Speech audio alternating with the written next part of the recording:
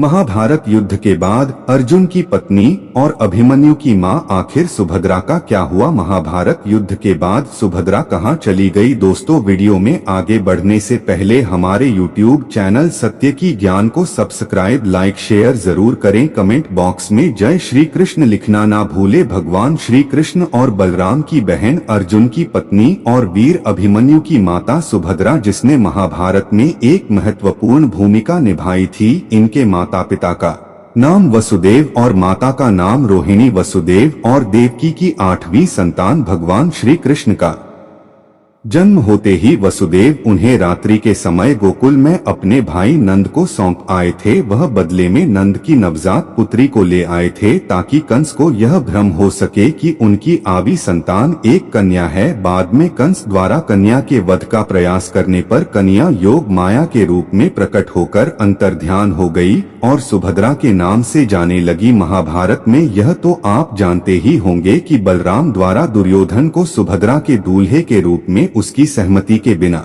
चुनने और अर्जुन की भावनाओं के प्रति उसके पारंपरिक संबंध के बारे में बताया गया है। जब सुभद्रा को पता चला कि उनका विवाह तो दुर्योधन से होगा, ऐसे में भगवान श्री कृष्ण के कहने पर अर्जुन सुभद्रा के साथ वहां से भाग जाते हैं। यह खबर मिलने के बाद सुभद्रा अर्जुन के साथ भाग गई है। उसे रथ पर सवार देखकर बलराम और अन्य यादव इस बात से नाराज थे और उनका पीछा करने का फैसला करते हैं, जिन्होंने उसे सफलतापूर्वक रोक लिया था। लेकिन वह वापस लौटे और उन्हें मना लिया। अंत में बलराम सहमत होते हैं और द्वारका में अर्जुन के साथ सुभद्रा का विवाह होता है। उसके बाद उन्हें प्राप्ति होती है वीर अभिमन्यु की। लेकिन सवाल यह उठता है कि आखिर महाभारत के युद्ध के बाद सुभद्रा का क्या हुआ है? वीर अभिमन्यु तो वीर गति को प्राप्त हुआ था। अर्जुन कुछ वर्षों बाद ही स्वर्ग के लिए प्रस्थान कर गए थे। उसके बाद आखिर हुआ तो हुआ क्या? दरअसल वीर अभिमन्यु के पुत्र परीक्षित के सिंहासन पर बैठने के बाद